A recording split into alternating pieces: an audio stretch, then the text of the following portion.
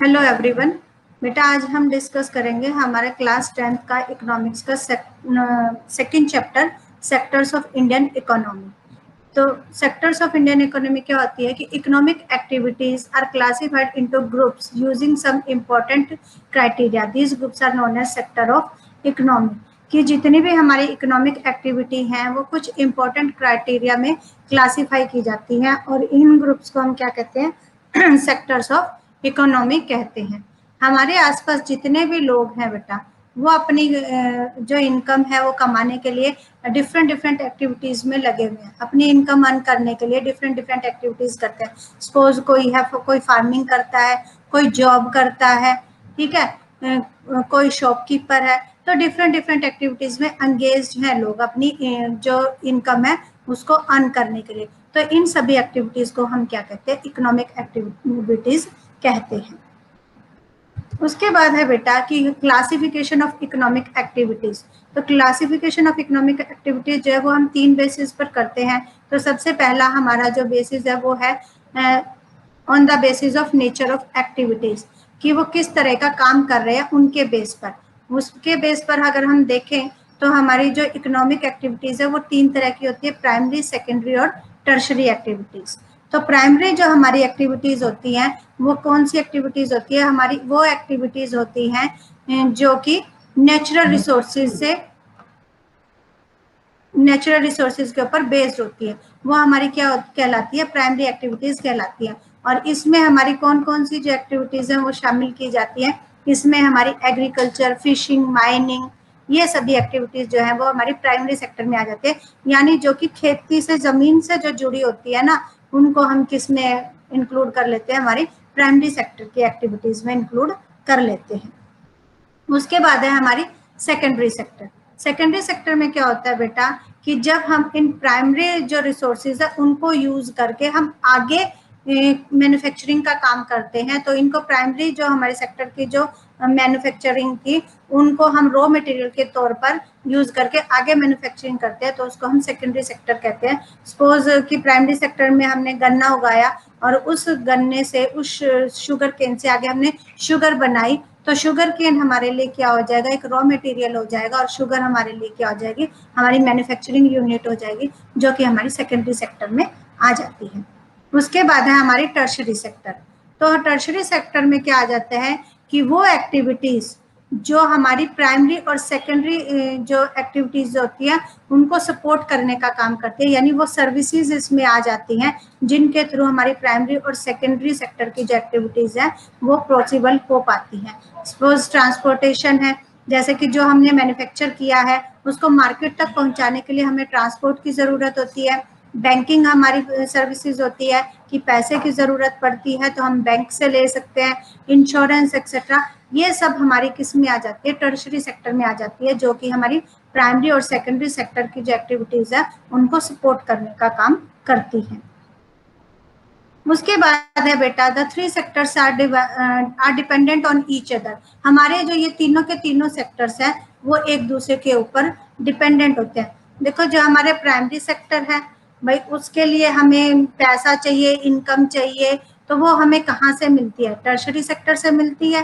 और जो secondary sector है उसके लिए हमारे प्राइमरी सेक्टर की जो मैन्युफैक्चरिंग है उसको हम रॉ मटेरियल के तौर पर यूज करते हैं। और टर्शरी सेक्टर जो है वो तभी तो यूज में होगा जब हमारे लिए प्राइमरी और सेकेंडरी सेक्टर जो है उसमें कुछ मैन्युफैक्चर होगा। तो ये तीनों के तीनों जो सेक्टर्स होते हैं वो एक दूसरे के ऊपर डिपेंडेंट होते हैं। उसके बाद है ग्रोस डोमेस्टिक प्रोडक्शन, जीडीपी जिसको हम बोलते हैं। तो जितने भी हमारे तीनों सेक्टर्स के मिला के जितने भी गुड्स और सर्विसेज है उनकी जो टोटल वैल्यू होती है वो हमारी क्या कहलाती है, जीडीपी। तो जीडीपी जो है बेटा, अगर कंट्री की जीडीपी ज्यादा है तो वहाँ की इकोनॉमी ज्यादा स्ट्रॉन्ग मानी जाती है। वो जो कंट्री है वो ये कहा जाता है कि उस कंट्री की इकोनॉमी स्ट्रॉन्ग है। तो जीडीपी क्या होता है कि total value of goods and services produce in each sector, यानी इन तीनों सेक्टर्स में जितने भी गुड्स और सर्विसेज प्रोड्यूस की गई है उनका टोटल अगर हम कर दे तो वो हमारा ग्रोस डोमेस्टिक प्रोडक्शन कहलाता है। और जिस कंट्री का जीडीपी जितना ज्यादा होता है वो कंट्री उतनी ही स्ट्रॉन्ग होती है। उसके बाद है comparison of 3 sectors between 1973 and 2003। तो ये जो तीनों सेक्टर्स हैं, इन तीनों का कंपैरिजन है कि 1973 में इन सेक्टर्स की सिचुएशन क्या थी और 2003 में इनकी सिचुएशन क्या हो गई। तो ये देखो बेटा, 1973 में हम देखें तो ये प्राइमरी सेक्टर है जो ग्रीन कलर वाला है, येलो हमारा सेकंड है और ये ब्लू कलर का हमारा जो है वो टर्शरी सेक्टर है। तो 1973 से अगर हम 2003 को कंपेयर करें, प्राइमरी सेक्टर जो है वो बहुत ज्यादा इंक्रीज हो गया, सेकेंडरी भी, और हमारा जो टर्शरी सेक्टर है वो भी। और टर्शरी सेक्टर तो बहुत ज्यादा इंक्रीज हो गया, पहले प्राइमरी सेक्टर में ज्यादा लोग इन्वॉल्व थे, लेकिन अब किस में ज्यादा इन्वॉल्व है, टर्शरी में जो है। टर्शरी से जो है हमें ज्यादा इनकम हो रही है, पहले प्राइमरी से होती थी, अब हमारी टर्शरी से होती है। लेकिन बात क्या है कि जो हमारे जो कंट्री की ज्यादातर जो पॉपुलेशन है, मोर देन 70% हम किस में कहते हैं कि प्राइमरी एक्टिविटीज में लगी हुई है, एग्रीकल्चर के काम में लगी हुई है, और जो 1/3 से भी कम जो पॉपुलेशन है वो सेकेंडरी और टर्शरी में है। लेकिन अगर हम देखें तो इनकम हमें ज्यादा कहाँ से हो रही है, टर्शरी सेक्टर से हो रही है। जितनी भी डेवलपिंग कंट्रीज है उनमें ज्यादा इनकम टर्शरी सेक्टर से ही होती है। तो हम ये कह सकते हैं कि इंडिया जो है वो डेवलपमेंट की ओर बढ़ रहा है। ये देखो बेटा कि जीडीपी में किस सेक्टर का कितना परसेंट जो है वो योगदान है। तो हम देखें तो पहले प्राइमरी का ज्यादा होता था, सेकेंडरी का उससे कुछ कम होता था, टर्शरी का प्राइमरी से कम होता था लेकिन सेकेंडरी से ज्यादा था 1973 में। लेकिन 2003 तक क्या हुआ कि प्राइमरी का कम हो गया, सेकेंडरी का लगभग उतना ही है, लेकिन टर्शरी का जो योगदान है वो बढ़ गया। तो इस तरह से हम कह सकते हैं कि जो टर्शरी सेक्टर जो है उससे होने वाली इनकम बढ़ गई और प्राइमरी सेक्टर से होने वाली इनकम कम हो गई। लेकिन ज्यादातर लोग जो है वो हमारे कहाँ पर लगे हुए हैं, प्राइमरी सेक्टर में, और टर्शरी सेक्टर में कम लोग जो है वो एम्प्लॉय हैं, लेकिन फिर भी वहां से हमें इनकम ज्यादा हो रही है। उसके बाद है share of sectors in employment percentage, कि भाई इन तीनों सेक्टर्स में कितने परसेंटेज जो है वो एम्प्लॉयमेंट है। 1973 में देखो 70% से ज्यादा लोग आपके एग्रीकल्चर में लगे हुए हैं, ठीक है, और लगभग 10% जो है वो आपके सेकेंडरी में है और बाकी के जो बचे हुए लोग हैं वो आपके टर्शरी में हैं।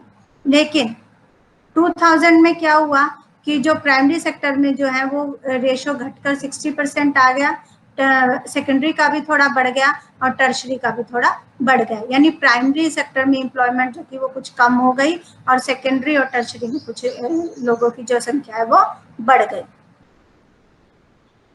उसके बाद है, ये तो था आपका classification on the basis of natural activities. उसके बाद आपका सेकंड क्लासिफिकेशन है on the basis of ownership. Ownership के बेस पे जो बेटा सेक्टर्स है इकोनॉमी के वो दो होते हैं, पब्लिक और प्राइवेट सेक्टर। तो पब्लिक सेक्टर कौन से होते हैं, पब्लिक सेक्टर हमारे वो सेक्टर होते हैं जो कि जिन पर पूरा का पूरा कंट्रोल किसका होता है, गवर्नमेंट का होता है, यानी जो गवर्नमेंट के द्वारा चलाए जाते हैं उनको हम क्या कहते हैं, हमारे पब्लिक सेक्टर्स कहते हैं। जैसे कि हमारी एयरलाइंस है, एयर इंडिया हो गई, रिजर्व बैंक ऑफ इंडिया हो गया हमारा, जो कि पूरा का पूरा कंट्रोल जिसका हमारा गवर्नमेंट के हाथों में होता है, उसको हम पब्लिक सेक्टर के जो एक्टिविटीज हैं वो कहते हैं। और प्राइवेट सेक्टर कौन से होते हैं, प्राइवेट सेक्टर वो होते हैं जिनका ओनरशिप पूरी तरह से इंडिविजुअल्स या प्राइवेट कंपनीज के हाथों में होता है, उनको हम प्राइवेट सेक्टर्स की कंपनियां कहते हैं। वहां पर जो है गवर्नमेंट के रूल्स एंड रेगुलेशन जो है वो लोग चाहे तो फॉलो कर सकते हैं, नहीं तो ना भी। अब वोडाफोन हो गया आपका, टाटा मोटर्स हो गया, ये सब आपके, टिस्को हो गया, ये सब आपके किसके एग्जाम्पल है, प्राइवेट सेक्टर के एग्जाम्पल हैं, जहां पर गवर्नमेंट का कोई इन्वॉल्वमेंट नहीं होता है। उसके बाद है हमारा third classification on the basis of employment, कि एम्प्लॉयमेंट के आधार पर हम कैसे क्लासिफिकेशन कर सकते हैं, ऑर्गेनाइज्ड और अनऑर्गेनाइज सेक्टर के बेसिस पर हम इसका क्लासिफिकेशन करते हैं।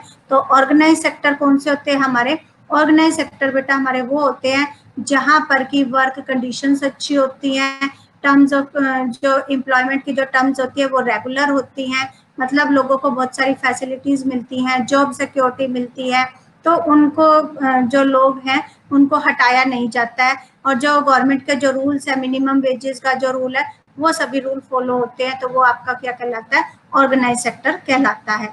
और आपका अनऑर्गेनाइज सेक्टर कौन सा होता है, वो सेक्टर होता है जहां पर गवर्नमेंट का जो रूल है वो कोई भी फॉलो नहीं होता, लोगों को कोई जॉब सिक्योरिटी नहीं होती, उनसे जो मिनिमम वेजेस एक्ट है वो भी फॉलो नहीं किया जाता, लोगों से काम ज्यादा करवाया जाता है, उनको पे कम किया जाता है, तो ये आपका अनऑर्गेनाइज सेक्टर में आ जाता है। जैसे आपका लेबर हो गया, ठीक है ना, जो लोग मजदूरी का काम करते हैं वो लगा लो, या जो ये ठेले वगैरह वाले होते हैं, या जो प्राइवेट कंपनीज में जॉब करते हैं, ये सब आपके किस में आ जाते हैं, आपके अनऑर्गेनाइज सेक्टर में आ जाते हैं।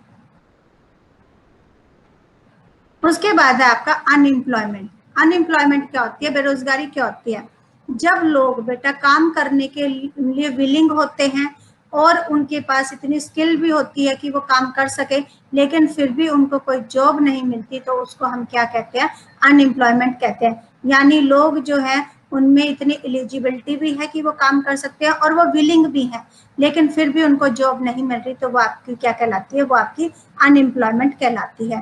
तो अनएम्प्लॉयमेंट जो है वो 5 टाइप्स की होती है, 5 प्रकार की होती है। एक तो seasonal unemployment, disguised unemployment, structural unemployment, cyclical unemployment और फ्रिक्शनल अनएम्प्लॉयमेंट। तो ये है, तो सबसे पहली है आपकी सीजनल अनएम्प्लॉयमेंट। सीजनल अनएम्प्लॉयमेंट क्या होती है बेटा, कि बहुत से काम ऐसे होते हैं जो कि सीजन के अकॉर्डिंग होते हैं, तो उस सीजन, जब उस चीज का सीजन नहीं रहता, अब देख लो जैसे कूलर एसी वगैरह बनाने वाले बेचने वाले जो लोग हैं, ठीक है, उसमें क्या होता है कि जब गर्मियों का मौसम आता है तब तो उनकी डिमांड होती है, सर्दियों में उनकी डिमांड नहीं रहती, तो इस तरह से सीजन के बेस पे जो अनएम्प्लॉयमेंट होती है उसको हम सीजनल अनएम्प्लॉयमेंट कहते हैं। उसके बाद आपकी डिसग्रीज्ड अनएम्प्लॉयमेंट, इसमें क्या होता है कि जब किसी काम को करने के लिए जितने लोगों की जरूरत है उससे ज्यादा लोग उस काम को करते हैं, तो उसको हम डिसग्रीज्ड अनएम्प्लॉयमेंट कहते हैं। जैसे किसी काम को करने के लिए उसको 2 व्यक्तियों की जरूरत है, लेकिन उस काम को 4 व्यक्ति कर रहे हैं, तो उसको हम क्या कहते हैं, डिसग्रीज्ड अनएम्प्लॉयमेंट कहते हैं। उसके बाद आपकी स्ट्रक्चरल अनएम्प्लॉयमेंट। स्ट्रक्चरल अनएम्प्लॉयमेंट क्या होता है बेटा, जब किसी देश की इकोनॉमी, भाई जो जितनी उनकी जनसंख्या है, जितने वहां पर लोग एलिजिबल हैं, उसके अकॉर्डिंग जॉब जनरेट करने में फेल होती है, तो उसको हम स्ट्रक्चरल अनएम्प्लॉयमेंट कहते हैं। उसके बाद आपका साइक्लिकल अनएम्प्लॉयमेंट। साइक्लिकल अनएम्प्लॉयमेंट क्या होता है कि the unemployment that is created because of depression in an economy, कि भाई जब आपकी इकोनॉमी जो है वो डिप्रेशन में चली जाती है, वो मंदी पड़ जाती है, आर्थिक मंदी जिसका आपने नाम सुना है, जैसा कि अब कोरोना के केस में हो रहा है कि बहुत से कंपनियां जो है उन्होंने अपने वर्कर्स को जॉब से निकाल दिया है, तो वो आपकी क्या कहलाती है, साइक्लिकल अनएम्प्लॉयमेंट कहलाती है, कि इकोनॉमी जो है वो डिप्रेशन में जाने की वजह से जो अनएम्प्लॉयमेंट क्रिएट हो जाती है उसको हम साइक्लिकल अनएम्प्लॉयमेंट कहते हैं। और लास्ट है आपका फ्रिक्शनल अनएम्प्लॉयमेंट।